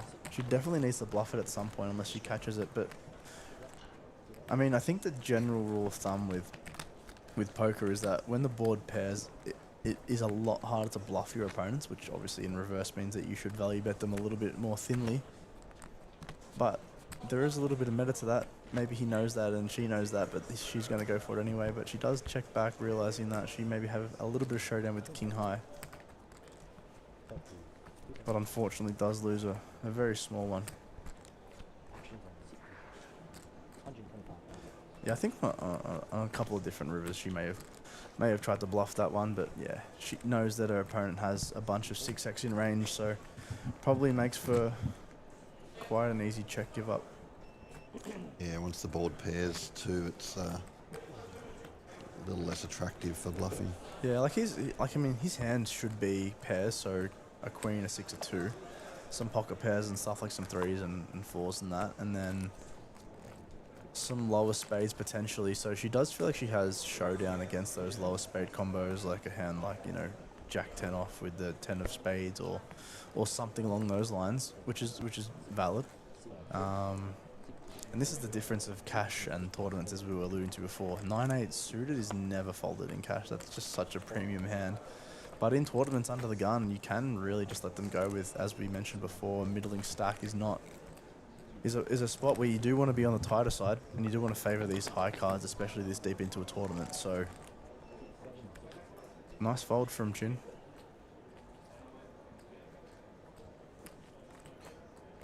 Just see Liam Murray watching the stream. He's in, I think it's Jeju at the moment. I think South Korea or something along those lines. I'm very jealous. It'd be nice to be away and in Asia, but I'm pretty happy being here, to be honest. I think this is the place to be. Yeah.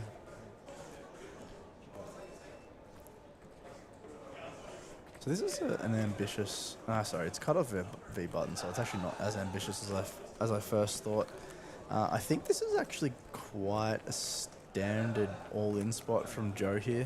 We are 30 bigs, so we do have quite a bit in our chip stack, but if we think our opponent is a professional or aggressive, which I do believe he is, I definitely think this is a spot where we're happy to run this. I mean, we can be against jacks and 10s and stuff like that, but he can also have a ton of bluffs here, and he did take a very similar spot against Jen before, as he does do what we thought he would. When does that stack become just a little bit too big to jam? To be jamming in? Look, I can't say for certain, but I mean, if we have 40 bigs, it's definitely getting a little bit gross. I mean, even 40 potentially can jam.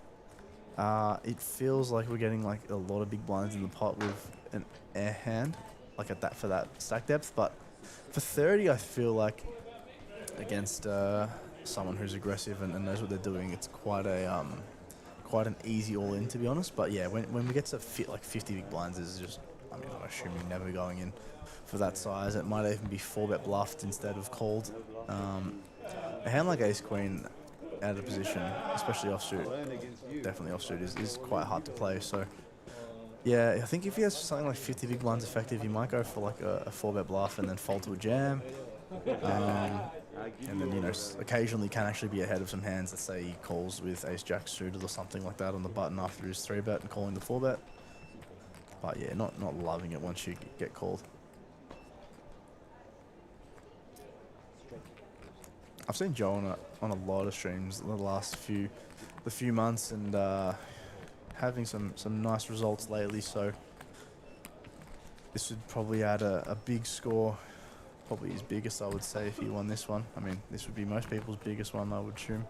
Unless like Kale or Adamo won it, then that would be a bit of a drop in the bucket, right? Pocket money. Absurd to say. just loose change for them. Yeah.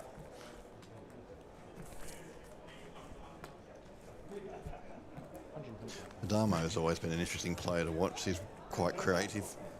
Yeah, I mean, obviously, he's a bit of an enigma, right? You hear about him, but I actually did get to play with him once in, I think it was the 3K or the 5K at one of the last series, and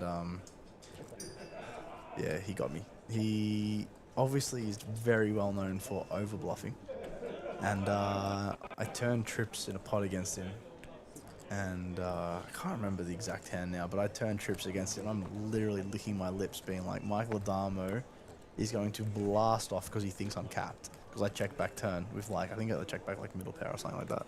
Turn trips, and he just pot turn, pot river, and he just had like, he just flopped a nut flush or something like that. I was just like, oh, okay, obviously just the one time he's not bluffing, he just has it.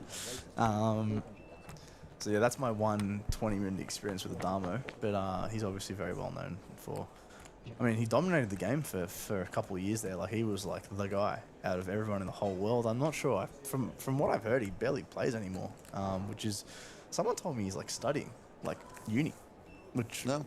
yeah, I don't know. But it's quite absurd being, I mean, he can do what he wants, but he's so good and has such a natural ability. And yeah, it's pretty crazy that he doesn't play a ton anymore, unless I'm completely off the mark there. But yeah, end of the day, like, can't play forever, I guess. So maybe just pull the pin early. I mean, he has won more money than most people will ever win playing poker, so definitely can't complain there. Yeah, it's a nice spot to be in at Michael's age. Yeah, how old is he? I think Michael would be, let's look it up. He'd be similar to me, I reckon. He'd be like 30 like Early 30s. Yeah, early 30s. That's, that gives me something to investigate. What do you say, Wikipedia? 1994 he was born. So 32, yeah. It's, yeah. From what he did, like, I don't know exactly because I wasn't in the scene back then, but just from everything I've heard, he was just so above everyone for like those 1 or 2 years there, and he just went on a massive heater and won everything. So it's pretty cool that he's in the room playing. Obviously, it's as we said before, it's cool to be able to play in a room where you can play the best of the best, and you know, maybe you don't want him on your table, but it is pretty cool that you can be on his table and look around. Nice little counterfeit here from Zhang. Yeah, this is upsetting. So he's gonna be kind of asking the questions. Once he check raises the flop and he gets called and then continues to bet on the turn, he's probably asking the question, does my opponent just have it? And even if he does want to bluff it here, wow, he does just rip it. This is okay. So I'm gonna give my quick thoughts here. So if I'm Xiao Sheng, my opponent should never have an ace, right? Because he check raises the flop. What ace-x check raises the flop? So now I can see the card, so it makes it a lot easier, but he's probably thinking, is he jamming jack-x when he knows I can have all the ace-x floats on the flop? I actually think this is a call. As absurd as it definitely obviously helps that I can see the cards, and maybe that's swayed my opinion just unbiasedly, but I'm going to think here, my opponent really shouldn't have ace-x unless it's specifically ace-7. He does call. That's a great call. Wow, well done. I mean, yeah, really well played. Obviously, I can see the cards and we can say it's this, but when you're playing for this much money and you just kind of, I mean, almost a snap call. Like, he took like 20 seconds with king high. I mean, obviously the board's double paired, but very nice hand. So we do lose another one.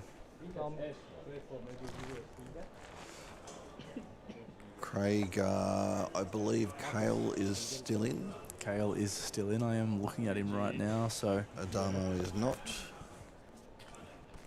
who got him? Was it Paris? Adamo busted a fair while ago. I'm not sure. Didn't see exactly how that went down. He was on Paris's table for a while, wasn't he, earlier on? Yeah. Yeah, I think Paris wasn't happy. He had Kale and Adamo on his table. That's not a fun table. That is not a table you want to be on. It's cool for like 5 minutes, and then it's like, oh, I actually have to play, and I'm playing a $5,000 tournament. I'll just get up and walk away. I'll just yeah, leave. it's just like maybe it's more EV to just go home and eat dinner.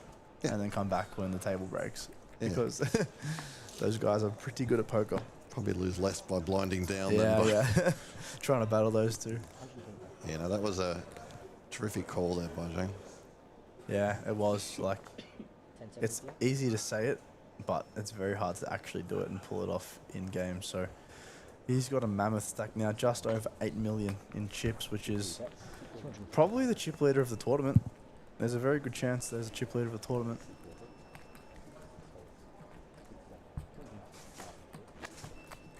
So this is one of those hands for those at home that, you know, not without getting super deep into it, that I wanted to talk about. So these hands like these low pocket pairs actually want to fold a lot more. So we'd rather open a hand like the A7 suited under the gun than pocket fours, just because of the blocker effects. Having the ace-x, just having an ace basically just blocks our opponents from being able to have, you know, the strongest hands like aces and ace king and ace queen and stuff like that. When we have pocket fours, our opponents can have a lot more of these combos, and now we're in a bit of a gross spot against the big blind who's whacked it, and, you know, we kind of have to call off. I mean, he had 11 bigs. He potentially could fold this one, but does like to go with call, and he's up against 2 10s. So the issue with this hand is you're just never ahead here unless you're specifically against like ace 2 or ace 3 suited, but he is going to need to find a 4 to secure the knockout. Drawing pretty thin. Yeah. No backdoor potential there for the 4. So a 4 and a 4 only on the river to knock him. Wow, does find it. Does almost find it with the 2 side, but he's going to evade that one, and Patrick will find a nice double up. No shorties anymore. No, it puts everybody up to more than 20 big blinds. I would say so.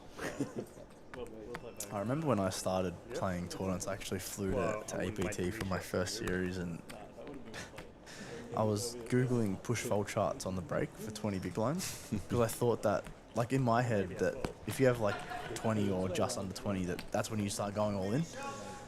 And now that I've played a bit more and studied and understand the game a little bit more, it's just 10 big blinds is a lot of big blinds if you can use it right and put it in the right spots. And that's something I learned pretty quickly, is that if you just jam 20 big blinds in because, you know, you think that that's the right play under the gun, then you're very, very off, and it actually is a bit of a torch. So, Well, I mean, one thing I've noticed, and I'm no strategy expert, but I've certainly noticed that, you know, back in the day, if you got a 11, 12 big blind stack, it was pretty much shove or fold. But I noticed now a lot more players with those stacks are more than happy to min raise and then fold to a shove. like on final tables specifically, it's where obviously the ICM's at its highest. Like if you have 8 to 10 big blinds under the gun, you can genuinely open off like 10 big blinds just to min raise, which is kind of crazy to think about, and then find some folds and stuff like that as well. So as we just walk into an absolute monster here, has he just called? Oh, he's 3-bet. Okay, cool. And this is what I was saying before. If Patrick can win this hand, he goes from 11 big blinds before to, I believe he's going to be up around 45 big blinds. So that's what I was saying before, is just that don't ever count yourself out if you're short.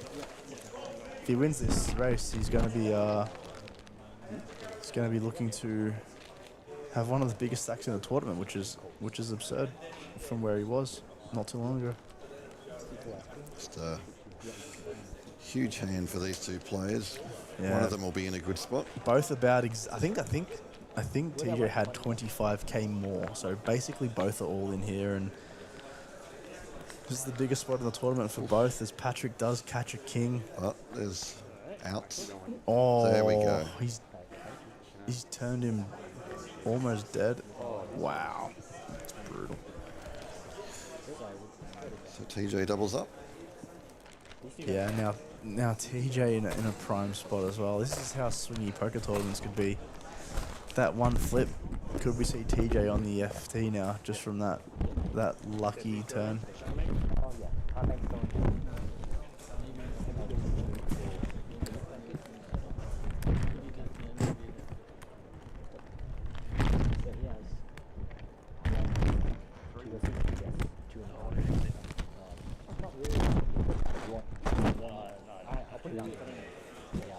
Just a bit of noise coming from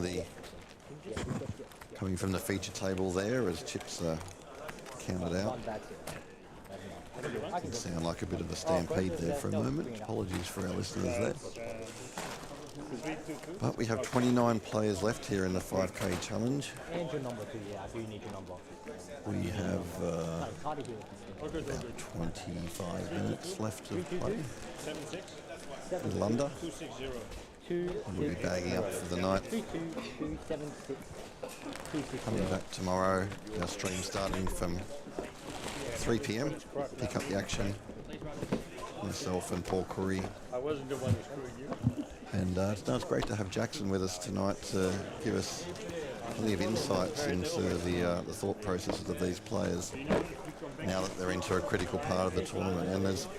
And not long ago we were talking about some players trying to scrape into the money. Well, now they're starting to think about the big money.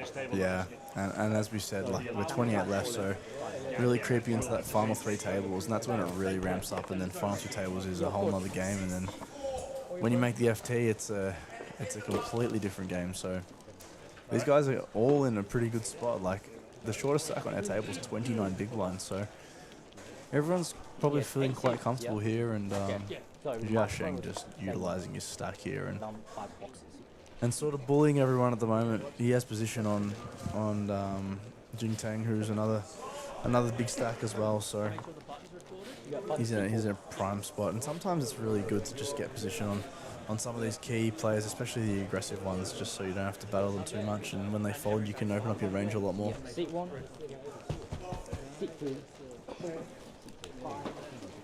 A little bit of room for play now, so we could see some interesting hands develop.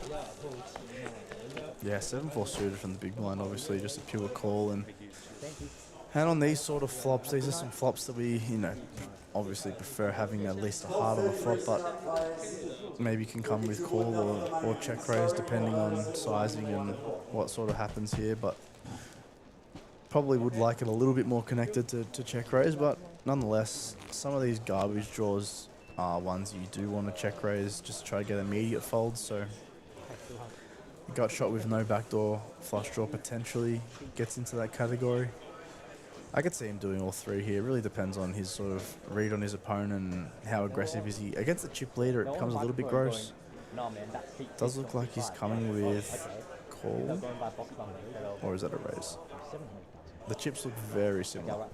He does come with raise by the looks of it, yeah, which I do like. Sitting in a tricky spot.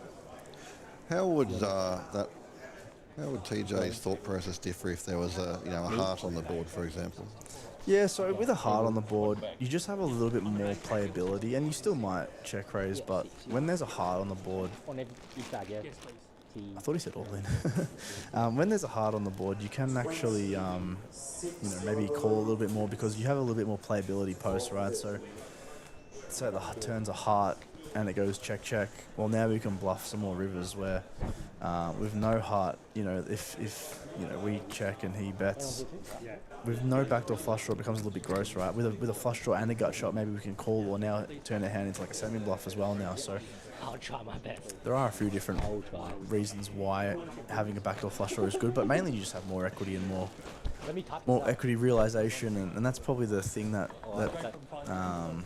we don't think about enough in poker is, yeah, we have X amount of equity, but when we're in position, we realize our equity so much more than out of position. So when we do have these sort of junky draws, like as TJ had, he had no overcards, no backdoor flush draw.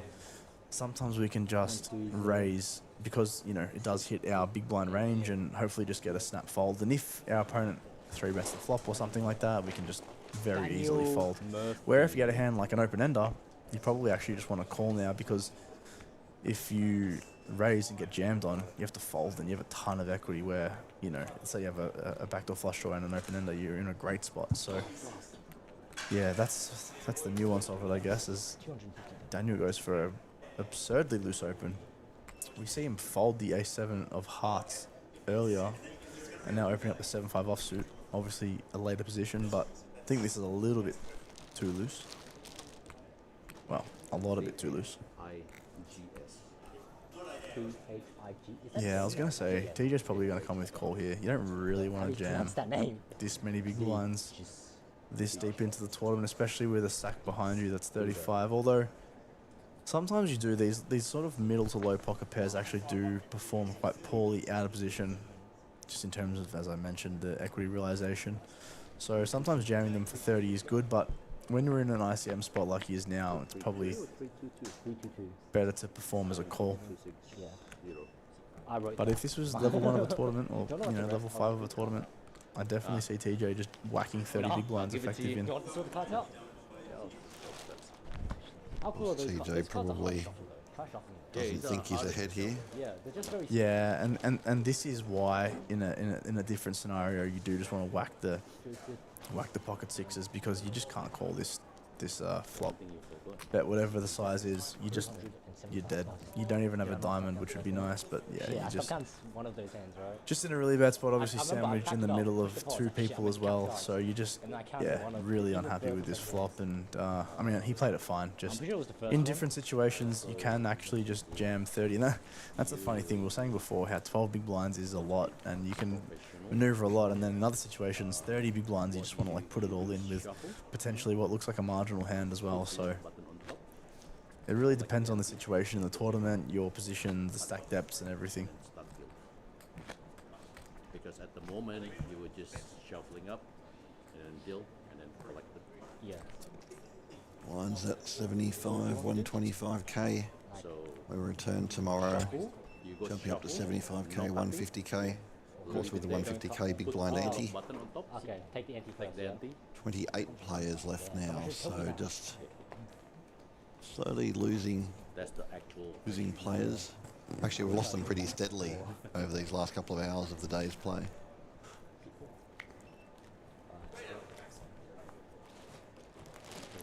I believe the Saudi just finished up the 10-seat guarantee. One of my friends just messaged me then saying he won a ticket, so beautiful. He's one of the couple of million people that won a ticket in tonight's Settler. Yeah. It's a long Saudi, but you have to realize when you put in $550 and you're playing for 10k, it's going to take a while, right? I arrived earlier today, walked through the poker room, and the line at the registration desk, and I certainly don't mean this as a criticism of Crown, it just shows the popularity of today, was all the way back to the cashier. That's pretty long. Yeah, it's quite absurd. The amount of runners that are playing these series, it's insane. And Joe's just licking his lips right now, so Jingting is, from what it looks like in the small sample size that I've seen, very aggressive, probably quite good. Usually when they're overly aggressive, they know what they're doing, I would say. And this is a spot where he's definitely overdoing it for sure. And Joe wants to work out now if he wants to sort of continue the story that he's got an average hand and maybe just flat, or if he wants to potentially 3-bet this one. I don't think whacking is an option, but I think we can 4-bet induce potentially. I mean, maybe with jacks we want to whack, but yeah, I think call is quite good because, and Joe's obviously quite studied, but the thing with these BVB spots, he does 3-bet, okay. The thing with these BVB spots is we know our opponents are so out of line because they don't want to be taking hands like, I don't know, let's just say like Queen Jack suited, like 9-8 suited and stuff like that. They don't really want to be using those sorts of hands. They want to be using these really junky hands that are very happy to just fold once this action happens, which is exactly what's happened. So yeah, Joe found a nice spot there and takes that one down. He actually really could have called, and if it was like a final table with a couple of different factors going against him, he could have just called and like pretty much check called down 3 streets against an aggressive chip leader or something like that on the final table. But in this exact spot, he's probably hoping that, yes, my opponent is overdoing it, and hopefully my opponent is 4-bet whacking this one on me, and I have a pretty easy call with pocket jacks, and just hoping he's against 10s or something like that. And if he's against a hand like ace-5 suited, then he's got to run it. 70% favorite. But feeling that spot, like flatting with jacks, is almost asking for trouble out of position. So this is the thing, and I'm definitely not, you know, fully studied on this spot, but, you know, to my knowledge, with these spots, because our opponents are so out of line, so we have jacks, right? They're meant to be doing it with hands like, you know, jack 4 offsuit, 10-5 offsuit, 8-4 offsuit, like these really junky hands. Because they're doing it with that sort of range, we can actually just call sometimes and basically never fold on a lot of streets because our opponent is just so out of line. But, you know, you are right. Like, let's say the board comes like ace-7-5 with 2 hearts and the turns are king, and now you're just like, ugh, this is gross. Our opponent can have aces, kings, ace-king, ace-queen, all that sort of stuff. So, yeah, it's one of those spots where I think you got to ask yourself, like, do I want to, like, am I in a comfortable situation where I sort of have a read on my opponent and then I'm happy to just, you know, have jacks here as a trap. But potentially if I 4-bet, then my opponent can, you know, whack now like 10s on me or something like that, and I can make a pretty easy call off and get a nice double up. Or, you know, sometimes against ace-king and win a flip or something like that. So there are many different ways you can play these hands, and it really just depends on sort of, you know, your stack size and the stage of the tournament, and then I guess, you know, how do you feel? Like, for example, if he thinks his opponent is like a nit and quite tight, then he's definitely not, you know, he's definitely going to want to play it differently to what he thinks his opponent is super aggressive and a professional and a chip leader and something like that. So poker's so nuanced, and you can go a million different ways with a million different hands, and that's the beauty of it, right? And there's nothing that's perfect and nothing that's exactly right or wrong. So I think Joe could have gone with a couple of different options. He could have jammed pre, he could have raised, he could have just called and seen a flop and hope our opponent just blasts 3 streets and go from there. But he does go with the option to 3-bet click it and does take it down. He forgot his Jesus. Ace queen off for Linus. Pretty easy open.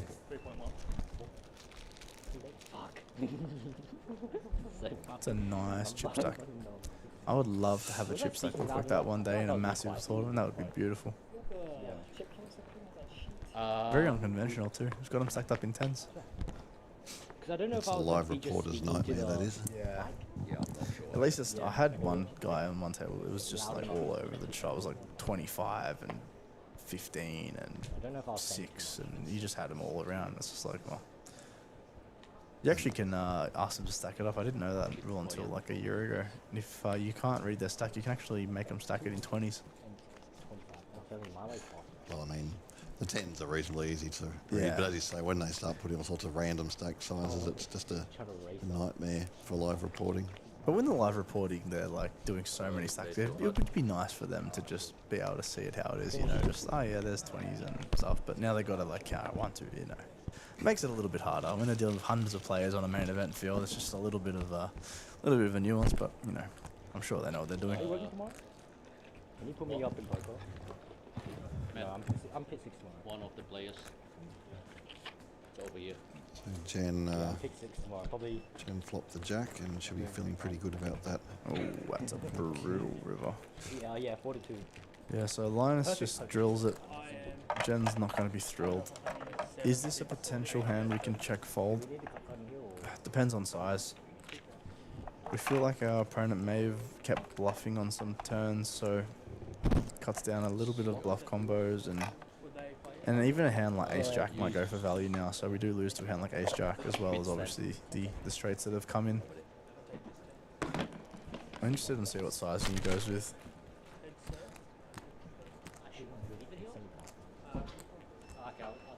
He's bet quite big, so he's gone a little bit polar here. He's sort of saying he's got like a king or better, maybe like ace-jack or better. Probably a king or better for this size. He's bet 3/4 pot. And this is a tough spot for Jen, obviously. Just trying to work out the bluffs. Probably doesn't have backdoor diamonds. May have continued the story there with backdoor diamonds, but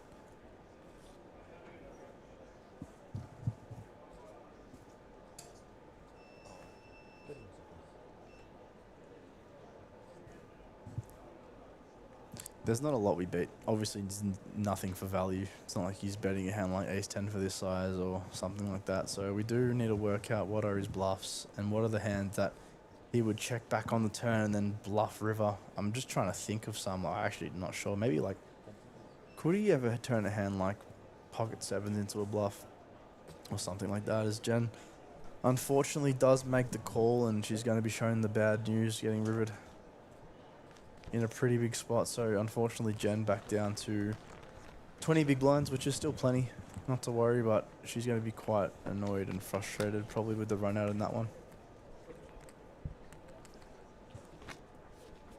Yeah, but we have certainly seen how quickly fortunes can rise and fall today, haven't we? I mean, TJ had was very close to being out of the tournament, and now he's one of the biggest stacks at the table.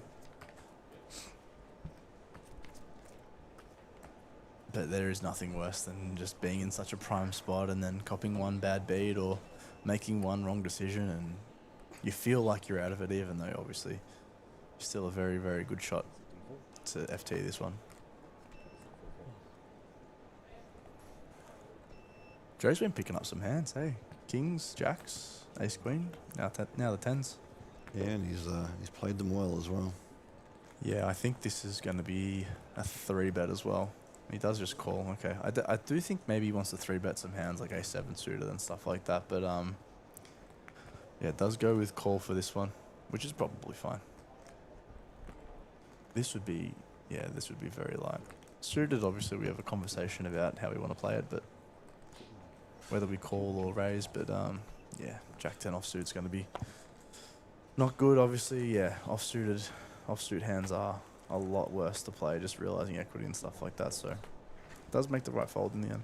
Would Jin Tang be aware that his image may be a little aggressive at this stage? Yeah, for sure. And a hand like ace-9 suited is actually probably too good to 3-bet. Like, you don't want to have to... The hands like this, like the middle portion of your range, you don't really want to 3-bet and then get 4-bet and have to fold a hand such as ace-9 suited. So you might prefer a hand like ace-6 suited or ace-9 offsuit or ace-10 offsuit or something like that, where, you know, if you get 3-bet, obviously... sorry, if you get 4-bet, obviously it is annoying, but, you know, you have a much easier decision moving forward in the hand. So, yeah, probably going to take that one back and say this is a pretty easy call. Probably calling ace-jack, ace-10 suited, ace-9 suited, ace-8 suited maybe is where we start wanting to 3-bet. But ace-9 suited is obviously a very good hand, especially versus the hijack, which is a pretty late position. And Joe's obviously not thrilled with this flop. Obviously the turn brings him some life if he's ever behind, and does river it. So he's actually just been picking up some nice pots here and basically has the nuts. Be a little tricky to get a call here, and I mean, he's basically has to be hoping that Jin Tang thinks he's bluffing. Yeah, when you've got the 2 10s, obviously you're just sort of praying that your opponent backed into a hand like King Jack or something like that and can pay off a small bet. Obviously not thrilled. I mean, it's been checked on the flop, checked on the turn, and now we're stabbing for small. So we could probably do this with more hands than a 10. We could probably stab some 2 pairs for this size. You know, if we had a hand like, yeah, King Jack ourselves, we're probably betting this size and going for it. But yeah, I don't think he's going to be seeing a call here. This would be absurdly thin. I don't even know what we beat. I think Jing Tang's potentially thinking of raising because he can have some ace-10 suiteds in range, but he definitely can't call this. He just beats nothing. He beats what? Like some weaker aces, I guess, but yeah. Is he? He's raising, I think. Yep, he did go for raise, which, you know, I don't hate it. Obviously, we can see. Yeah, we can see in game that Joe's got pocket 10, so like never folding. But let's say he did bet a hand like King Jack for value on the river. Well, we're in a really gross spot now, and we probably have to fold. So I think this is actually quite a fine bluff. I mean, we do have ace-10 suited in range, which is not a heap of combos, but yeah, obviously Joe's never folding that, and now up over 6 million chips. So Joe's really put himself in a strong position as we head towards the back end of the day's play. I think most of the players at this table would be feeling pretty comfortable about where they are. I mean, Jen might be a little frustrated about, she was looking very strong not so long ago, but it's still 20 big blinds, plenty of play. Yeah, like it is frustrating, as the term, as we like to call it in cash, is upstuck. Still in the tournament, still in a good spot, but not at the stack depth that we were. But Jen, like as we mentioned before, Jen plays professionally, at least to my knowledge, and Tours Asia, so she's going to be, frustrated for a moment, but she's probably back on it pretty quickly, and knows that she's probably only got a few minutes left before day 3, and she can lock in and get a good night's sleep, hopefully. I mean, it is late, but they are coming back at 3 p.m, so quite a nice little rest spot, and she'll be fine. She's going to find a nice spot and take it. It's definitely not going to tilt her.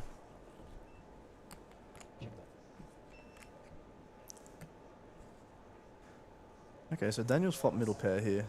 Jingten has a very, very clear C bet here. Just having range advantage, not advantage on such a static board. It's going to be a very easy bet. Get some better hands to fold. King high, queen high and stuff like that. Put 6x in a tough spot potentially by the river. Obviously if our opponent has an ace, we're not in a great spot. So yeah, Jingten gonna probably want to have a spade on the turn to continue. On this turn, becomes a little bit gross.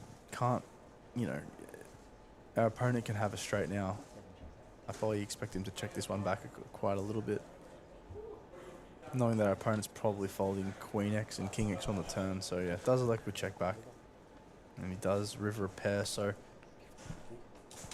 he's probably gonna. This is actually a hand where if Daniel checks, he might actually bet this for value, as thin as that sounds. I mean, he could still check, but if he views Daniel as a recreational or sticky or something along those lines, I think he could put a small bet out of, say, like 200,000 just to try to get called by a 6. If he thinks that his opponent's not, turning hands into bluffs that he should, if he's not turning a hand like a 2 into a bluff here or a 5 into a bluff, let's say Daniel had 5-4 and if he doesn't think he's going to turn it to a bluff, it makes a pretty clear value bet. He actually goes big, which is kind of surprising. I do like the fact that he's value bet, but he's bet bigger than I sort of was expecting. Don't know if I love it. I think we're trying to get called by a 6, and I don't know if a 6 calls this size unless he views his opponent as a little bit sticky. Then he's been playing with him for hours probably, so he knows better than I do. But he does, and once again makes the right play. So really nice bet. I like the bet. The size was a little bit bigger than I was saying, but I'm glad he bet. Great value there. I think that's like what separates players from like professionals from, people that are trying to go professional or recreationals, is that, you'd think a lot of people would be like, oh, my opponent can have a jack, like a better jack or an ace, so I'm going to check his back. But Jingten's realized that, well, Daniel's checked every street. He didn't bet river, so he probably doesn't have an ace. He might, he could have some weak ace x, but he probably doesn't. And he shouldn't have any jack x. So what does my opponent have? He actually most likely has like a 6 or a 5. So the fact that I'm betting, I'm targeting those hands, and that's why I said maybe go a little bit smaller. But as I said, Jingten's been playing with him for hours, so knows a lot better than I do about his specific opponent type. So I really like that value. That's a really well played hand. So 464 players in this event. Record-breaking event, prize pool of over $2.1 million. $482,405 for first place. $290,280 for second. Almost $189,000 for third. Top 5 players earning over $100,000, and if you make the final table, you're guaranteed $43,755. Returning from 3 p.m. tomorrow with our stream, we'll be covering the final 3 tables all the way down to a winner. Also the 25k tomorrow, looking forward to that. Going to have some pretty huge names taking part. And there'll be plenty of action to cover, so make sure you tune in from 3 p.m. tomorrow. Of course, Monday is the big one, the Aussie Millions main event, returning for the first time in 6 years. I am very excited to play that. I'll be playing the Monday flight as well, so hopefully I played the Vegas main event. The first time I cashed, the second time I was out day one, which was a disaster, because you never think you're going to bust day one of the main event, right? Because it's such a slow structure, but sometimes it doesn't go your way, and geez, that was a brutal day. Found a few tough spots. Basically didn't win a hand for like 10 hours and busted, and it's a bad feeling. That's a really bad feeling, especially when people have like invested or staked or backed you in or whatever. It doesn't feel great, especially coming off a cash last year, and it was quite a cruisy, tournament for me last year. I didn't really get put in any tough spots, and just pretty much just sailed to the money, and then lost a couple of key flips, which happens. It wasn't disappointed. It was a great tournament, great score, but busting day one, I nearly booked a flight home straight away back to Australia. So hopefully, this Aussie Millions main event, I can. That's the thing with these really good structure events, is that you can sort of decompartmentalize it and just do one day at a time, and hopefully just get the nice bag for day one and then move on from there. Here's where Yunting's aggression can come into play. Can get some advantage from his image. Yeah, and this is when these players can become the scariest, is when they've been doing stuff, and I'm not sure if these guys have been relayed information about their play styles, but he's obviously been quite wild, and if they know that, they're probably going to be thinking that he's full of it again, and if someone gets a hand, like pocket tens or something like that, it's going to be a bit of a disaster for him. So it does look like everyone just had nothing and folded all the way around, so he's going to be quite upset with that, knowing that he's probably pegged as a bit of a loose cannon and just cannot get any action with the two queens. I would say so. Down to 26 players. Yep. Well, I wouldn't mind the 26 reshuffle. players remaining from the 464 that began yesterday. I mean, maybe a fold. Just wait around to get it back.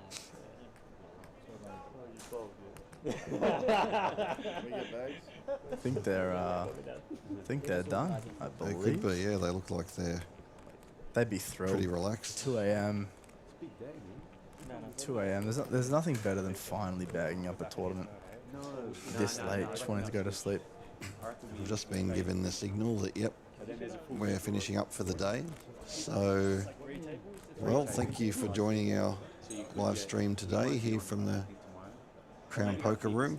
As I said, we'll be back from 3 p.m. tomorrow afternoon.